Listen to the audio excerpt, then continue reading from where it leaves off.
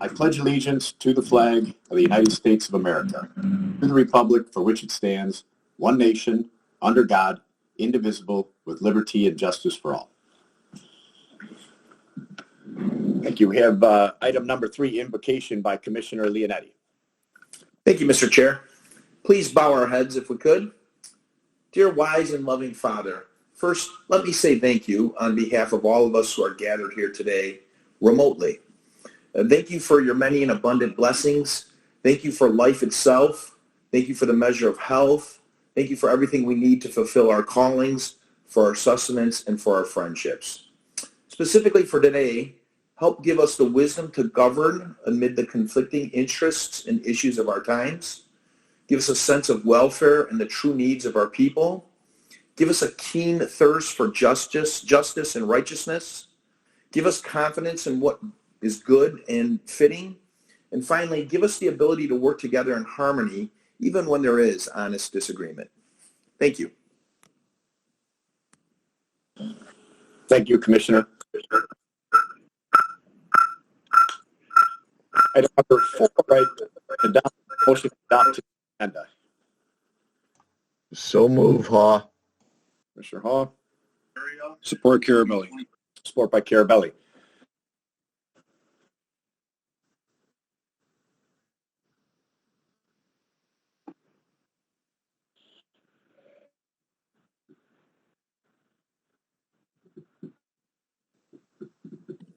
That motion passes 11-0. Thank you. I have approval of dated September 24th, 2020. Can I get a motion on that? Motion by Romano. Thank you. Need support? Carabelli. I think I heard Commissioner Kleinfeld jump in just before Carabelli, so we'll go support Kleinfeld. Please vote.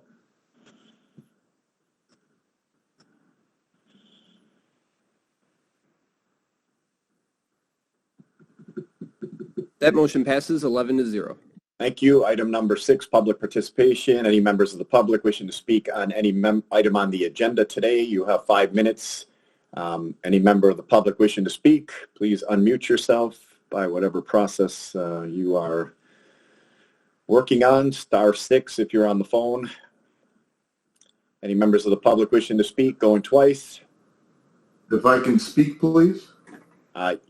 Yes, go ahead. About item 16 on the agenda. Yes. Yes. Item 16A to be specific, please. All right.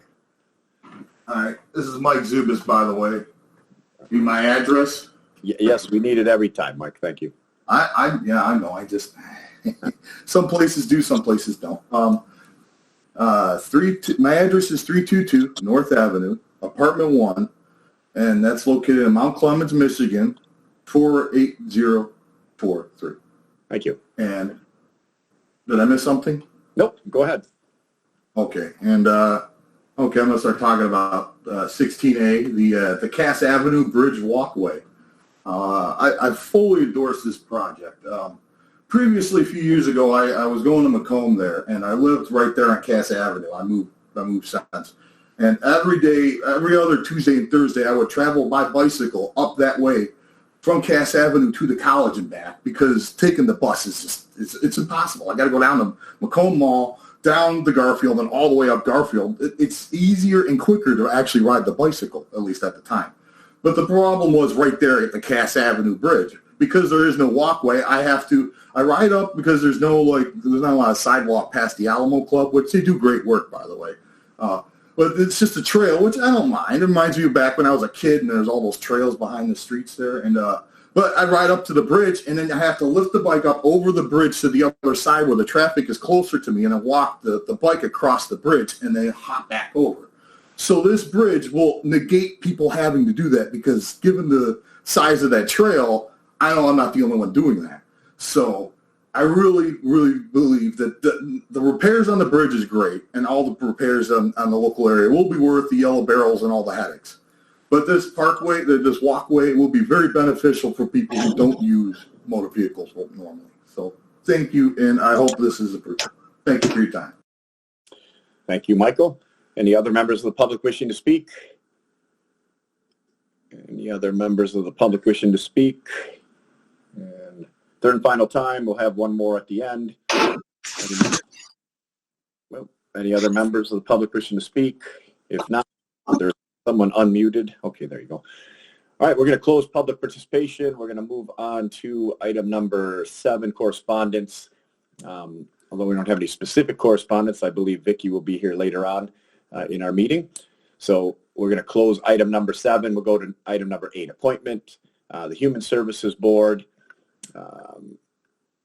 board chair appointment with board concurrence, Reverend Ralph Brown to reappoint Reverend Ralph Brown. Could I get a motion for that? Motion by Kraft. Support Haw. Thank you. I believe Mr. Brown is here. Ralph, are you on the line with us? Chair Smith, this is Patty, and Reverend Brown is not on the call. He had an HSB meeting. Okay, I saw that attendance was confirmed early on. So anyway, well, good. We've talked about the Reverend. He's done fantastic work. Kevin loves what he's been doing over there, and appreciate that he wants to do this for 3 more years. So does anybody have anything to say on this item? I don't have any speakers, so please vote.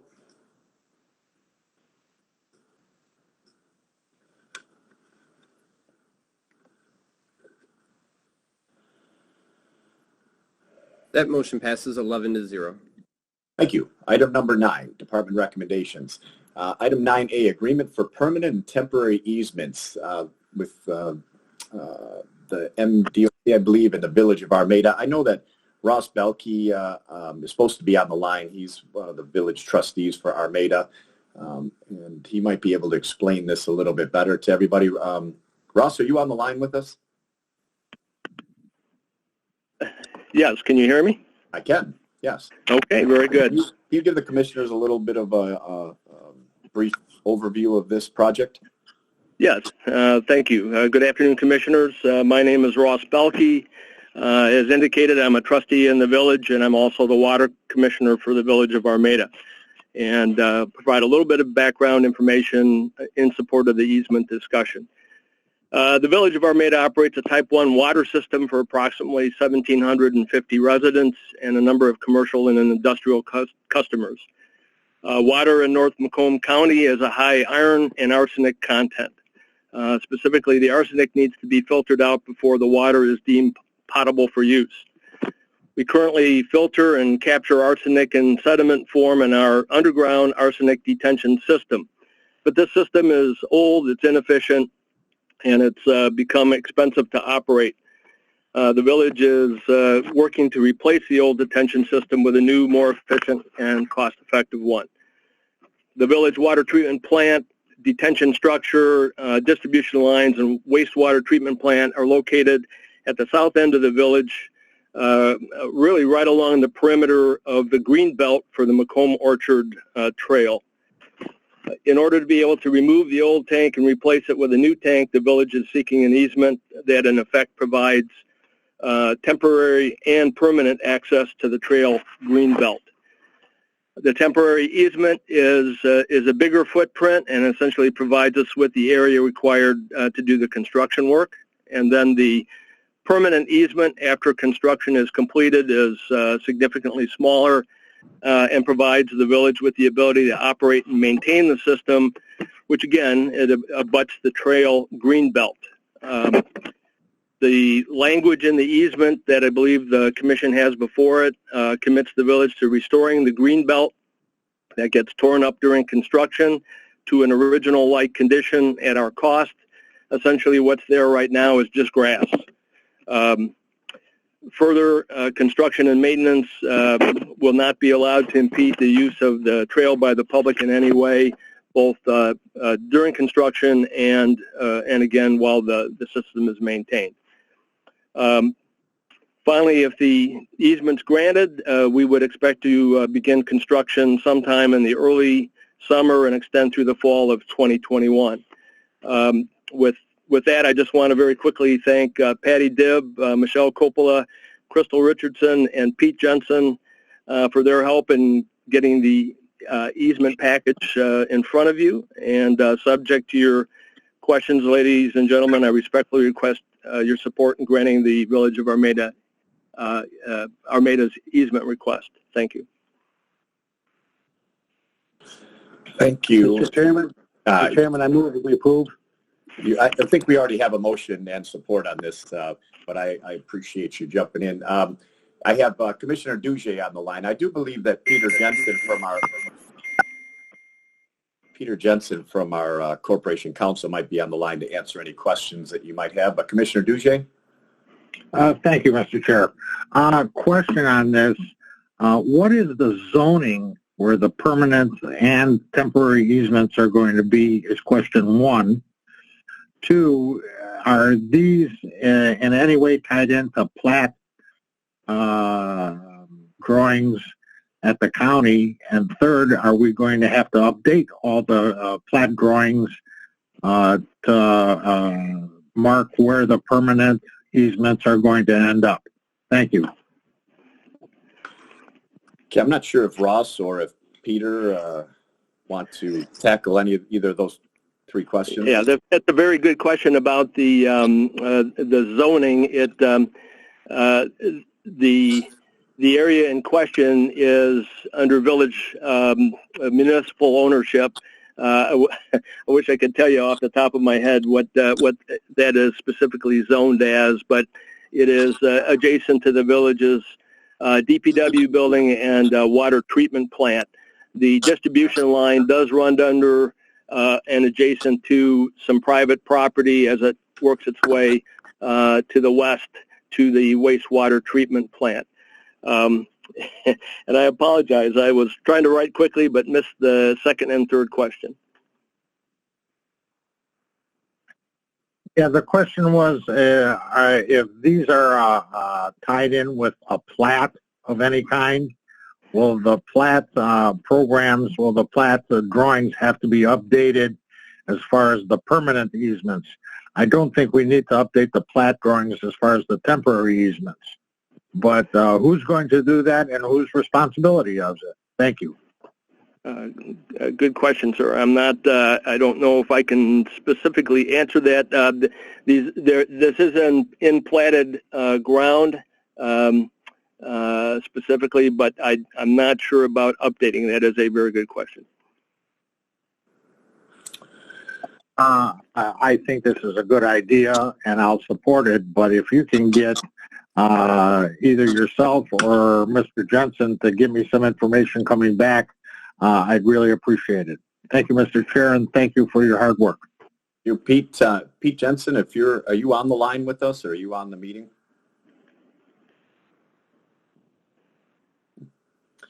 Okay, I was informed that he was going to be with us today. Commissioner Duche, we'll get that answer for you.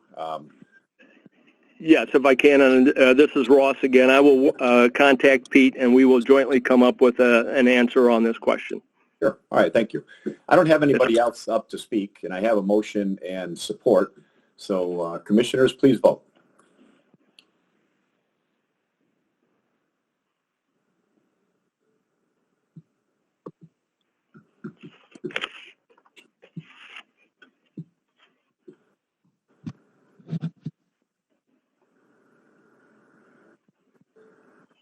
That motion passes 11-0.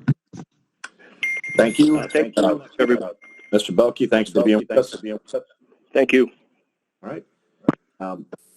Item number 9B, 2020 Macomb County Apportionment Report. Can I get a motion to approve? Motion to approve, Kraft. Okay. Support? Support Romano. Thank you. Anyone wishing to speak on this? I'm not sure. I don't have a name on who might be here for this, but is there anybody to speak to the 2020 apportionment report? Yeah, Kristen Seeloff is here. Hello, Kristen. I thought I saw you. Thank you. Good afternoon, everybody. I'm pleased to be here presenting the 2020 Macomb County Apportionment Report. And I'm asking for your patience. This is my first crack at this, trying to do this at home during a pandemic from my couch.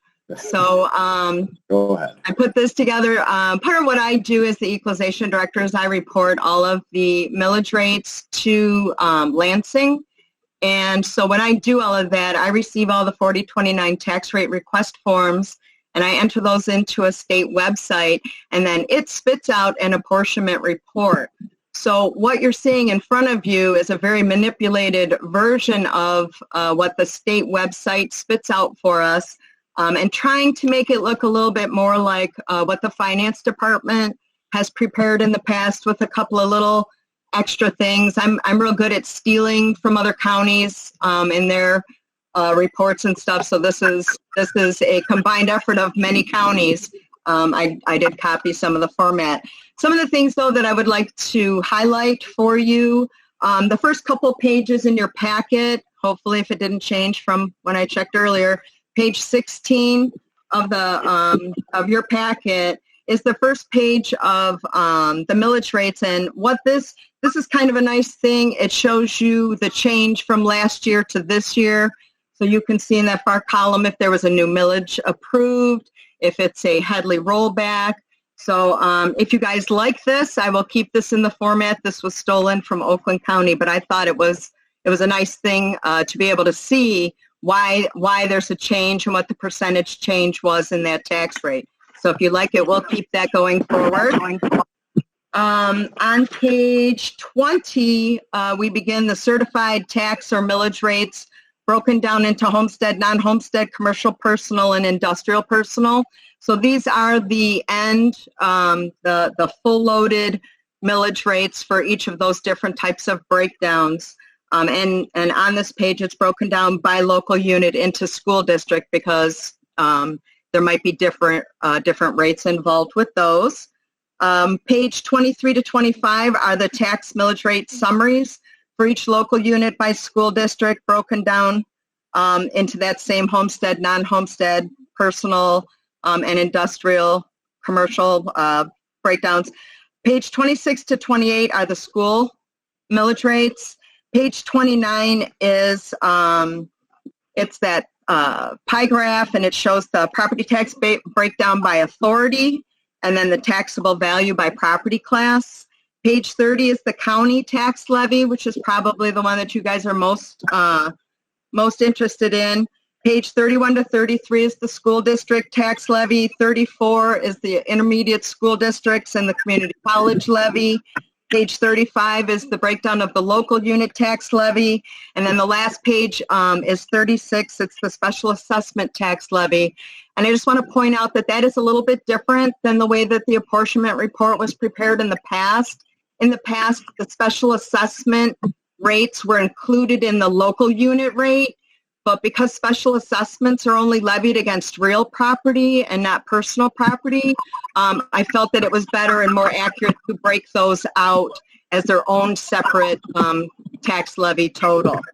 And with that, if you guys have any questions, I would be happy to answer them.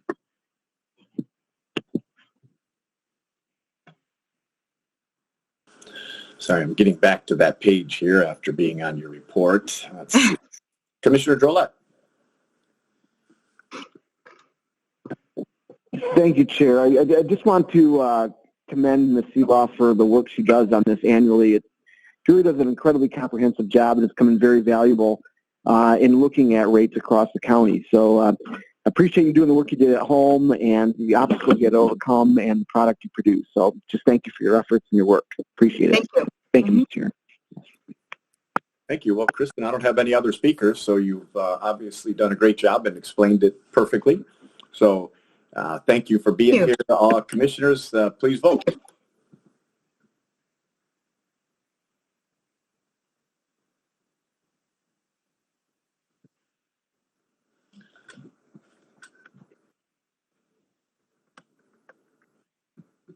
Oh, thank you. There we go.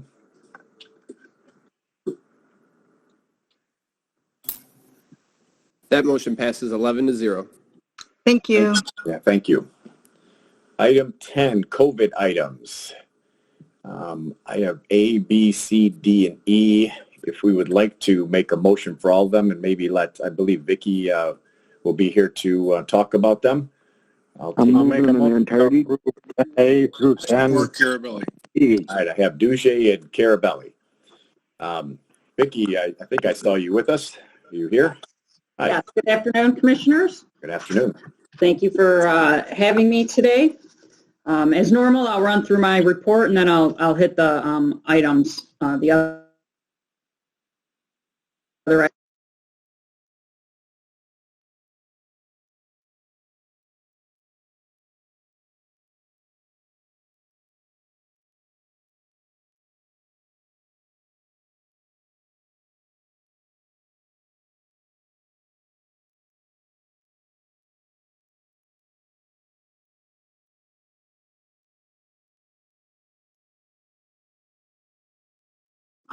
but what we have seen come out are orders through individual departments. So right now there's an order through the Michigan Department of Health and Human Services, and then another one through MIOSHA that we are currently following.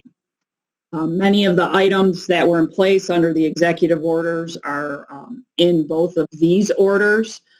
So we're still on track with what's in our preparedness plan and what we were doing. There are some differences that we did need to vet out between the two documents, and we've done that, and some of it has to do with definitions, most notably the mask requirement changed, at least our interpretation of the language, and there are some conflicts between the two items, and we're going to err on the side of caution and follow the guidance. But as of today, those are the two that we know about, and obviously there could be more coming through. We plan on updating and hopefully giving that out to employees and up on the county's website within the next couple of days, so everybody can see what the changes are. Do want to note too, just for people, that one of the important areas that we use and CDC guidance changed just within the past day or so, and that has to do with the definition of close contact. We had all been using 6 feet or less for 15 minutes or more. They've now clarified that can be a cumulative 15 minutes, and that's over a 24-hour period. So we're also going to be revising our protocols to meet that as well, and that has more to do with us as an employer, and when we get notified by employees that they may have had an exposure. Moving on to community action items, just want to point out a couple of highlights over the past month. The Head Start kids are back in school, where we were able to do that. Again, some changes there based on the schools that those classrooms are located in. So we're following the school guidance as well as federal guidance for Head Start students, but they are back in session. And then too, just wanted to touch on the senior portion of the report, and just looking back in some of the other months, this is a notable area where really we've seen a really large increase in the amount of work and the amount of meals that we're getting out to the public. As you know, we did the SHIP program, very successful program with the seniors, and with being able to get those delivery services and the food cards out there. So the demand in this whole area of community service, community action continues, and it continues to grow as we expected, and we expect that will over the coming months. Within emergency management, I wanted to highlight within that report, their work with the Homeless Coalition continues, really good work there. But again, we had a very successful Operation Safe Haven program specifically for the homeless population out in Warren on the 15th. Great support from the city of Warren and the other partners that were out there. And again, with those, we're able to provide testing. They have opportunities to take showers. They can get haircuts. They have clothing. They have meals. A whole host of resources are out there for them to take advantage of. That's our second such program that we've partnered with that group. The first one was in Roseville that I have spoken about before. Equipment and supplies, you again have the updated list of all the PPE and various supplies that we've done throughout the county, not just for county government itself. That continues to go on. I will touch on the actual purchases later in my presentation. And then I made a note here too, emergency management, one of the projects they're running through the CARES Act as well is the municipal allocations that we gave out. And to date, they have 80% of that funding at least allocated towards projects and spoken for. So that's roughly $8 million. So that's good to hear. Their reimbursements aren't actually due to us till November, but we do have that money committed from the municipality, so that's moving forward. Going to jump to the finance report. If you look within your packet, the revenues and dollars that we're getting in from various grants and donations is just over $169 million to date. Again, that is more than just the CARES Act, which is the $152 million. So we have several programs that different agencies are managing, as well as the finance department. In total, our expenditures are just over $61,000, and we have another $10.5 million that's encumbered. So right now, we're sitting at basically expenditures of $71 million or more. We did have a quarterly report due through our CARES Act, just specific to that funding. So we turned our report in this month on time. Through September 30th, we had just over $55,000 or 36.7% of our CARES Act funding spent and out the door. And also you have the CARES project specific list in your packet. And if you look at where we're at as of today, or as of the 19th, I think that report was run on of October, we have $60 million that has been spent since the September 30th report went out. You had 3 new budget amendments that came to you this month. Those came through all the normal process and through the committees. You had 1 new agreement or contract with Burnco that came for MCA and their food warehouse freezer renovation expansion project. Again, that came through your normal process. I know IT brought to you a purchase with Bastec, and that's a microfiche on-base integration and with scanning of documents that came through the board's normal process as well. And then items B, C, and D on your agenda fall into the purchases for that PPE or supply area. This was the resolution we asked for last month and the issues that we were having for these items in particular. So these items are on the agenda as a ratify. As through the board's resolution that was approved last month, we were able to go outside the normal purchasing practices. I can't tell you for all 3 items, the gloves, hand sanitizer, sanitizing wipes, and as reflected in your packets, there were quotes from other vendors and information that purchasing was able to utilize to look at the pricing. They chose based on best pricing, availability, product, things of that nature. And those are the 3 items that you have before you. Also, as promised, we did send you at least those POs when we issued them from finance. So you should have gotten those as well ahead of time. Your item E on the agenda, I believe 10E, was an item that we just asked for today that came up. So we asked someone, it's a bypassed item and it's new. It is for temperature scanners that we want to place in critical areas in the county. Last month, I believe it was somewhat as a pilot project. We purchased some temperature kiosks. The jail had a need for them. So we purchased a couple for them. And then we also wanted to purchase one for the court building. Now that they're starting jury trials, have a little more traffic down there, it was mentioned that that might be a good resource. If you've been in any of the buildings downtown where there's blue coats, they are taking temperature scans as people enter using the handhelds. So we thought these walk-through type devices would be better for a lot of reasons, not only faster, but also safer.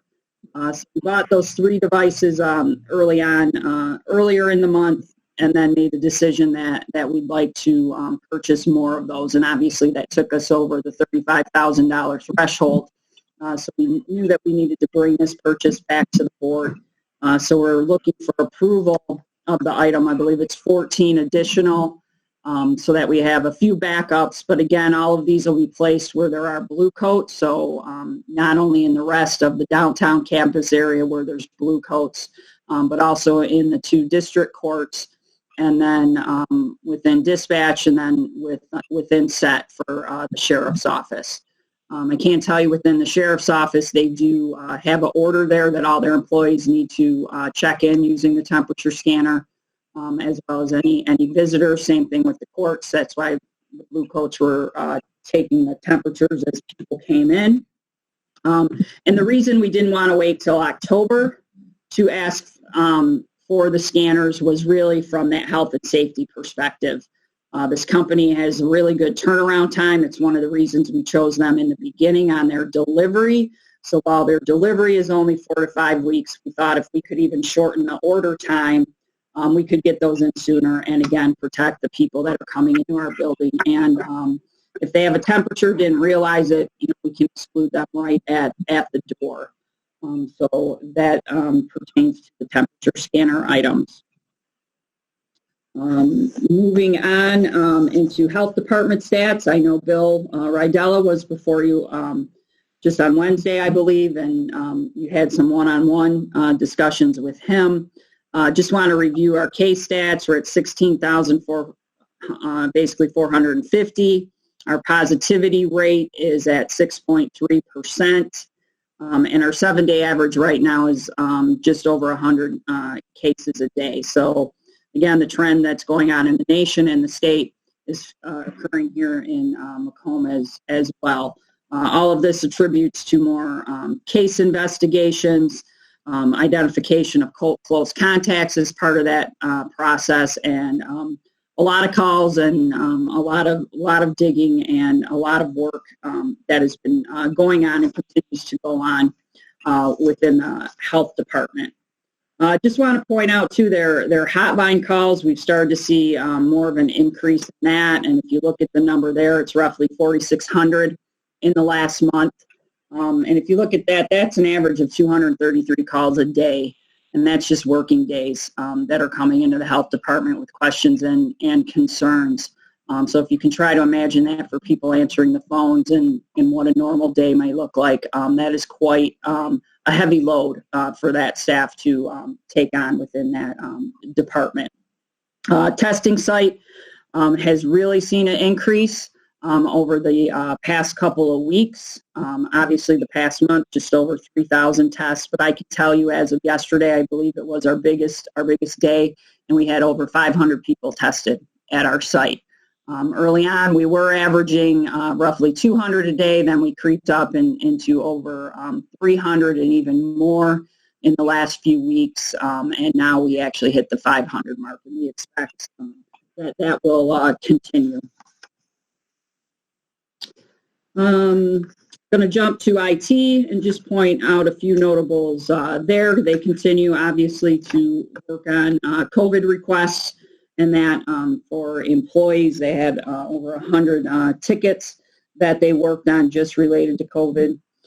For all of us, they have 54 CARES Act projects that have been approved through our EOC process, all of which have come to the board in one form or another. They have 13 completed, 37 are in process, and 4 are still waiting to be approved through the EOC. A lot of good items that they're doing, a lot of improvements that they're making for all of us, not only as employees, but for those that we serve and the public. Most notably, probably one that a lot of us will like is just the electronic document signatures.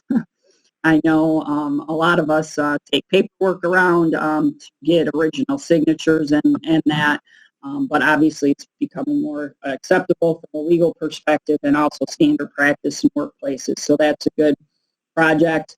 A very large project that they're moving on is almost complete. It's the wireless implementation. There are many buildings within the county that did not have access to wireless communication. So again, this goes back to that whole aspect of being able to work remote and not necessarily having to be in your office to do that. You could be remote in the field. You could be remote at another building location, moved around like many of us are. Just notably from our Joint Information Center, we have our JIC project or media project with Partners in Architecture that the board saw and approved at least the architectural contract. That bid was released yesterday, so we should have bid responses back in early November and have that vetted and brought back to the board as well in that time frame. So that project is out the door. And then we are seeing a notable increase within our communications with our COVID email and our COVID partner emails that are basically managed and controlled through our EOC group. And we had over 400 inquiries basically within that group, which is a slight uptick for us. So we're getting a lot more questions on what people need to do for COVID in our workplace. Planning and economic development, a lot of this you've seen already, but back to business kits are ongoing. Maybe not as many in the beginning, but we're still distributing those kits to businesses. They're still available. We're still promoting it. The Michigan Restart Grant Program finished. Over 1,600 businesses were awarded grants through, it's actually a state program, but was run by the locals. So that project is done. We have the workplace safety grants and online business connect programs that are closed, and applications are actually being processed, and checks for that will be forthcoming soon. The nonprofit security grant program is underway, so that's another one that you will start to see flow through. And again, as those checks are issued to the businesses, I will keep the board updated on the businesses that are getting those awards. Off-topic note, obviously the census, we saw our numbers there and that we're leading within that category, so that's great to hear. And again, great that other things that we know are happening outside of COVID continue, but that's a very positive note for all of us in the county. Healthcare and hospital, while again, we've seen the numbers, we've seen the increases, I believe it's 80%. That a majority of the hospitals are seeing collectively with an increase in patients.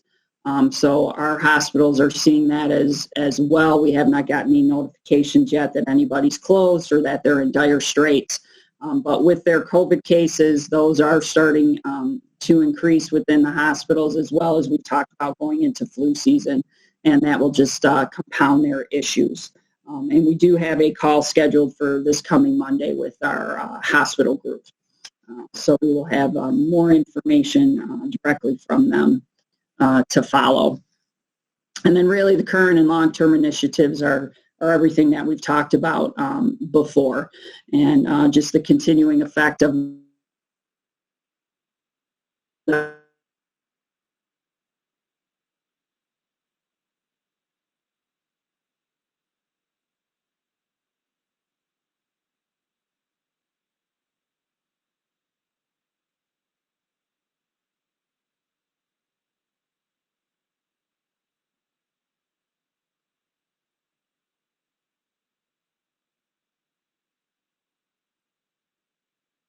it is a struggle out there to keep up. With that, that is the completion of my report, and I will gladly take any questions. Thank you, Vicki. I have a couple questions that off the top. I probably should have asked Bill this the other day, but do you know the percentage of the positive tests that are actually asymptomatic? I mean, people coming in just to test because, and they're finding out that they're actually have COVID, but they don't have any symptoms. Do you know that answer? I don't, but Bill may be on the call and can answer that. Yes. Hi, Bill. Hi. I think there's been variation across the country. We've heard asymptomatic cases could be somewhere as high as 40% in some communities, but I think based on some of the data we've looked at, it's closer to 20%. So I would say that 20 to 25% of what we're seeing in Macomb County is probably asymptomatic, but they are positive cases. Okay, thanks. And then as far as the death rate goes, is that actual rate going down compared to the number of people that are found to have it? I mean, are they finding better ways to treat people so that the death rate's actually lowering? Because it's been a while, I'll say, probably just, fortunate, but since I've heard of anybody in any even extended group that I know that has passed away from this. Deaths are always tragic. We know that they're continuing to increase across the country, but nowhere near what we saw in March and April, where we know in Macomb, 40% of our deaths were associated with a long-term care facility. I think you are right. There are better treatment. There are some antivirals that are being tried, as well as some other therapeutics. So that's good, and there's more ventilators available. And as Vicki just mentioned, the capacity to care for people is still right now very good here in Macomb County. But again, it's gone up a little bit. So yes, we are seeing deaths. And again, a lot of these are connected with morbidity, overweight, diabetes, heart conditions. Typically, those contribute and may be the cause, but again, COVID-19 is a factor in the individual's death. Okay, thanks, Bill. I didn't know you were with us, but thank you. Commissioner Kraft is up next. Thank you, Mr. Chair. Thank you, Vicki, for the report. I have a question on that item E, the temperature kiosks. The ones that we're purchasing, are we getting the ones that have like the tablet, you can wave to yourself while you're getting your temperature taken, or is it the more primitive style that, you can't see your face or anything like that and it just zaps your temperature? I'm not sure. Jaco, do you know which? Commissioner, it is a pedestal with a tablet on it. Whether you can wave in it, I haven't seen the tablet myself, but I assume that is the case. But it's just a stand-up pedestal with a tablet. And what it pretty much does when the temperature is above the 101.4 degrees, it flashes with a red light. So it's standalone. It's not network, devices. Completely standalone. Okay. Yeah, I was just wondering because I know there's some that is the tablet style where you can see yourself, and then there's others where you can't, which leads me to my next question, and I'm glad Jaco's here. I didn't want to ask Vicki this one because it's super IT and technical. And this is way down the line. I'm thinking, hopefully past COVID and, brighter days. Can we repurpose those tablets for county employees when they're no longer on these kiosks taking temperatures? The tablets you might be able to, but I think these things are designed very specifically for this purpose, to be able to do this. So, exactly what you can repurpose it for, I would think probably more so in the health industry than in the IT industry, if I can put it that way. So in my view, most likely if you continue to use it for some sort of system in health. But I don't know necessarily that it would fulfill anything in the IT realm. Okay. So we'll just all drop them off at Bill's office when this is all done. Thank you, Jaco. Thank you, Vicki, for the report. Thanks, Mr. Chair. Thank you. Commissioner Haw. Thank you, Chair. Vicki, thank you again for the excellent report, and thank you for getting back to me so quickly on that Clinton Township issue. I'm sure we all read that Clerk Meltzer and 2 of her employees tested positive for COVID-19 and the office was closed. So that's brought a lot of concern to people that had contact with the office. But the question I have, I recently saw a breakdown by municipality in Macomb Township, and it showed Warren, Sterling Heights, and Macomb Township as the 3 communities that had the largest positive COVID rate during the sampling. Do you think that's primarily population driven, or is there any scientific data on what is causing that? I will let Bill answer. because he can answer much better than I can. But there are some specific areas that we've talked about for those communities in particular that might be making a difference. Thanks for that question, Commissioner. And somewhere around my office, I have the data breakdown. I just can't get my hands on it right now. But yes, population, those cities like Warren, Clinton Township, Sterling Heights, Macomb Township, those cities are going to have higher rates. I mean, I looked at one point, and the top 5 populated cities in Macomb County had 70% of the cases. So it is population driven. But one of the things that we do look at is we are looking at some of these cities.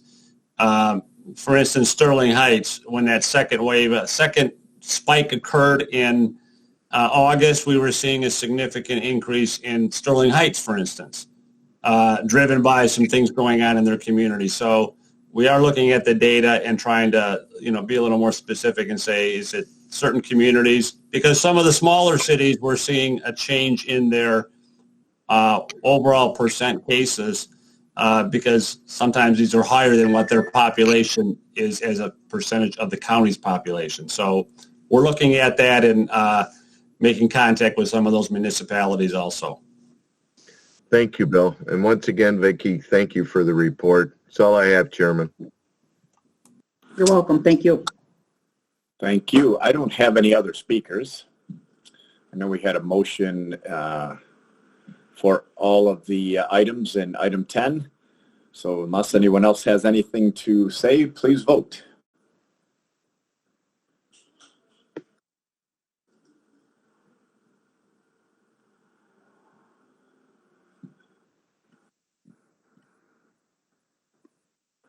That motion passes 10-0. Thank you. And Mike, I see that 11 and 12, we don't have anything from government oversight or finance and audit. Correct. All right, so we're going to move right to 13, records and public safety committee recommendations. We have budget amendment A, Register of Deeds Technological Fund, and or B, budget amendment for Register of Deeds Technological Fund for the extension of the contract and the indexing service. Anyone like to make a motion on any one of these? Without objection, Chairman, I'll vote to handle A and B simultaneously. Okay, you have a motion for A and B. Support? Craft. All right. Do I have any conversation on this? I don't have anyone set up to speak, so commissioners, please vote.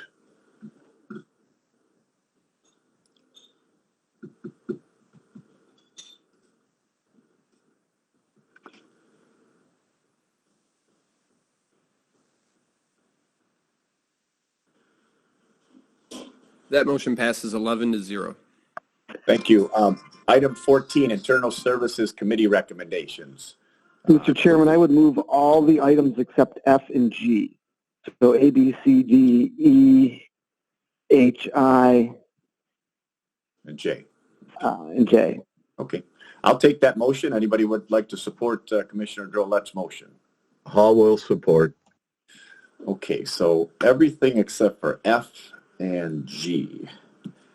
Any comments? I'm sorry. I'm sorry. I meant E and F. Those are the two related items. My mistake. Okay. And then the motion to A, B, C, D, G, H, I, J, K, F. Yeah. Okay. Everything but the two related motions of E and F. Right. You and Commissioner Hall. Good. I will still support. Thank you, Chair. All right. Is there any conversation on any one of those items? Seeing none, please vote.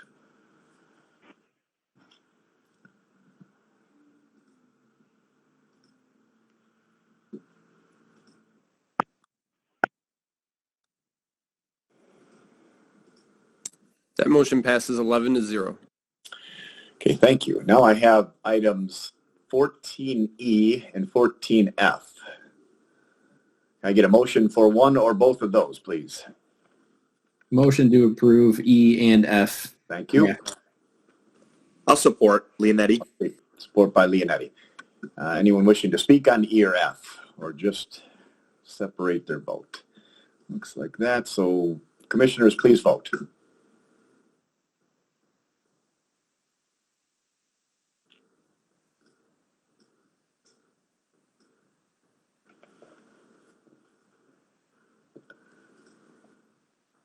That motion passes 10-1 with Commissioner Drollet voting no.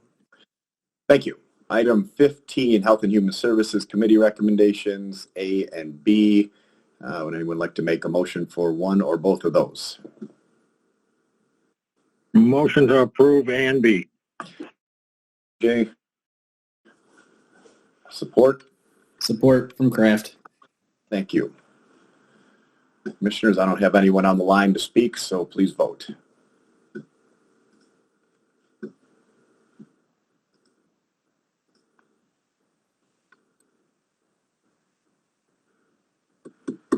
That motion passes 11-0.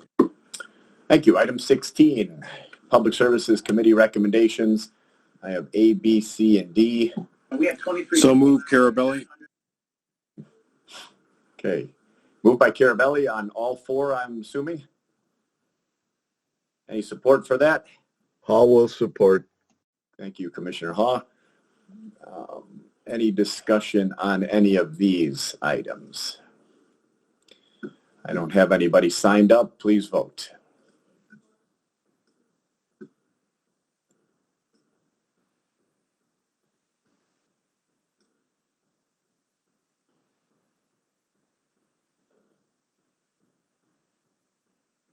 That motion passes 11-0.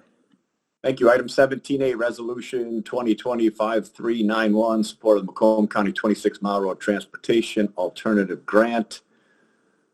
So move, Carabelli. Thank you. Support by Brown. Thank you. Support. Any comments on this resolution? I don't have anybody listed. Please vote.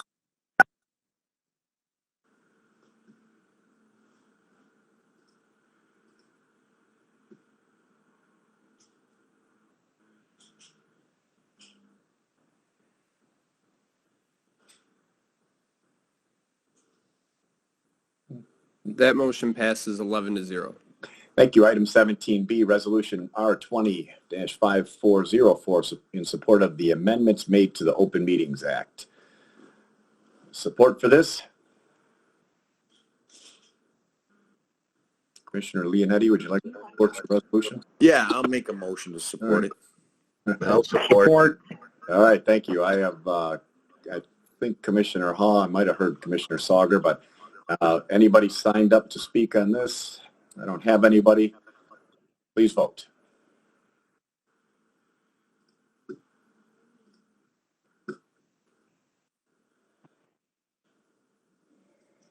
The motion passes 11-0.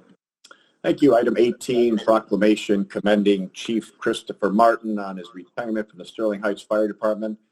I guess we need a motion to receive and file this. Motion from Romano to receive and file. Thank you. Commissioner Romano. Support. Chair Smith, since I know Chris Martin very well from our working days at the fire department. I don't know if I can do this, but we'll go with that. Please vote.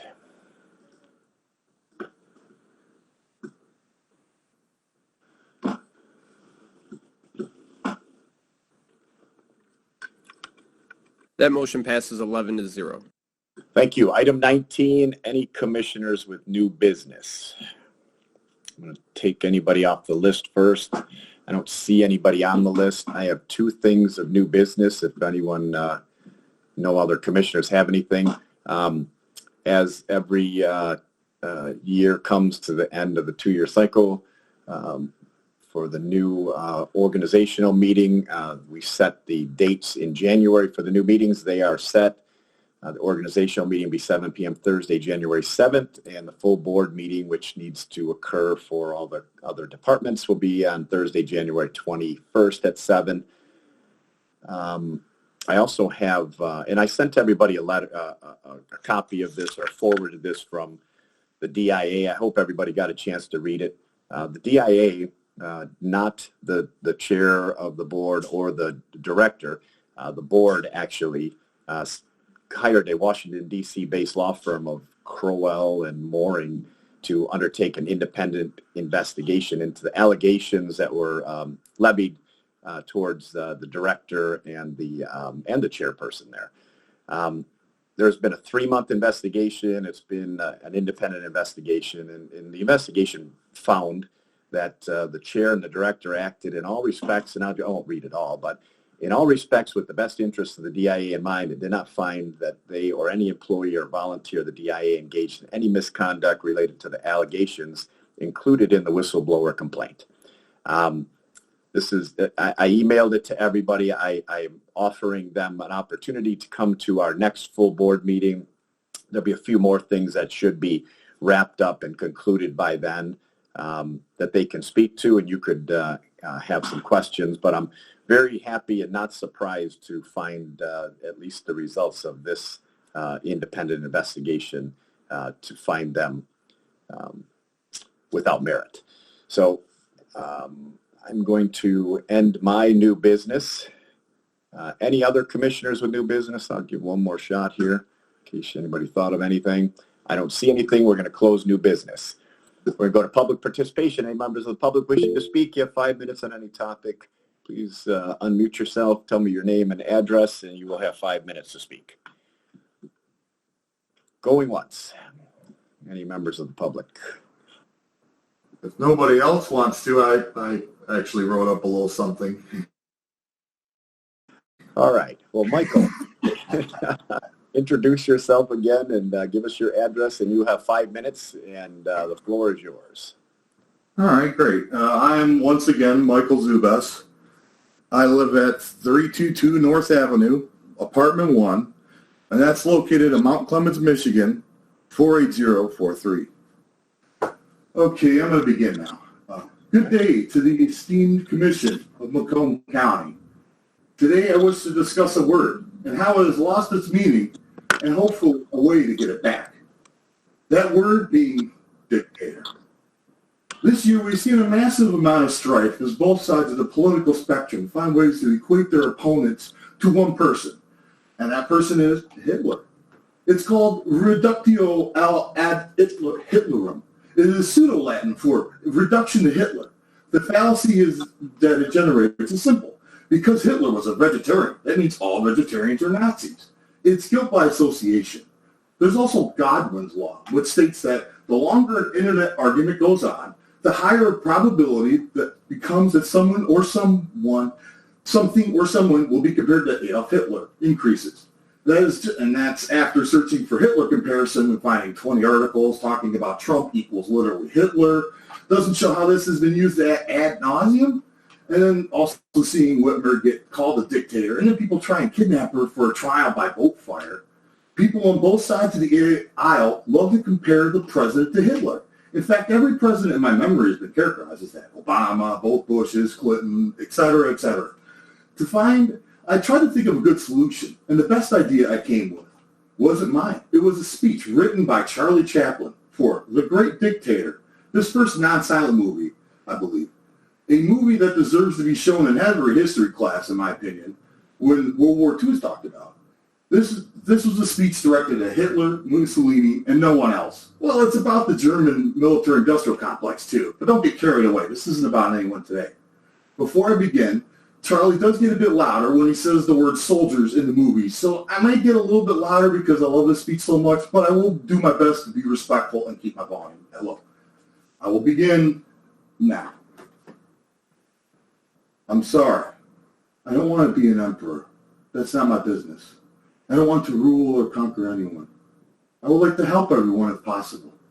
Jew, Gentile, black man, white. We don't want to help one another. Human beings are like that. We want to live by each other's happiness, not by each other's misery. We don't want to hate and despise one another. In this world, there's room for everyone, and the good earth is rich and can provide for everyone. The way of life can be free and beautiful, but we have lost the way.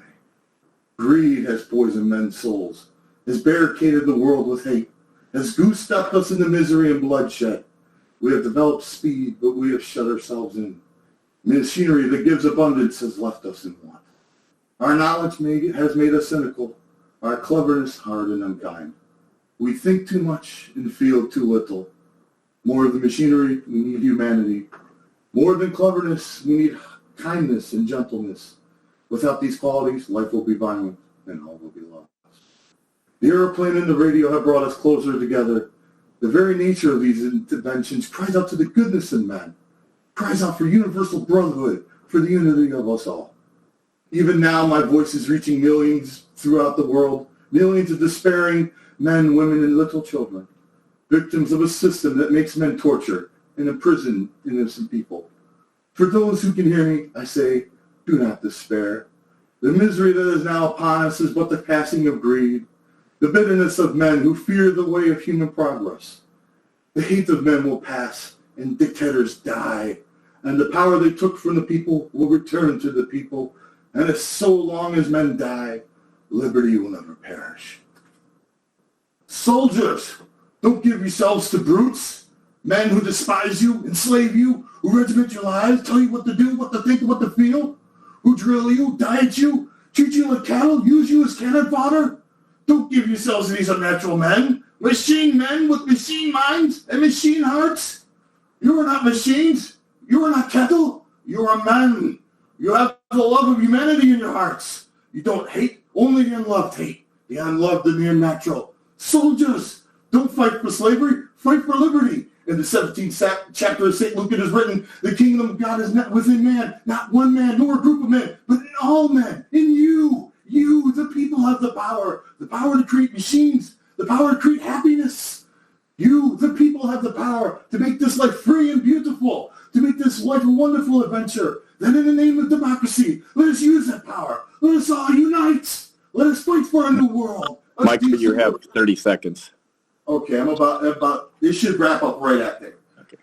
The decent world that will give men a chance to work, that will give youth a future and old age a security. By the promise of these things, brutes have risen to power, but they lie. They do not fulfill their promise. They never will. Dictators free themselves, but they enslave the people. Now let us fight to fulfill that promise. Let us fight to free the world, to do away with national barriers, to do away with greed, with hate and intolerance. Let us fight for a world of reason, a world where science and progress will lead us to all the reason, a world where science and progress will lead us to all men's happiness. Shoulders, in the name of democracy, let us all unite! And then the crowd cheers. And that's it. Michael, listen, you're over your 5 minutes. Okay, that was it. I'm done. Thank you for your time and good evening. Great, thank you. Any other members of the public wishing to speak? Any other members of the public wishing to follow Michael? And third and final time, any other members of the public wishing to speak? How can anybody want to speak after that? Motion's adjourned. Commissioner, yes. Another second on that, Commissioner Drolet. Sure. Meeting adjourned. Yes. Thank you.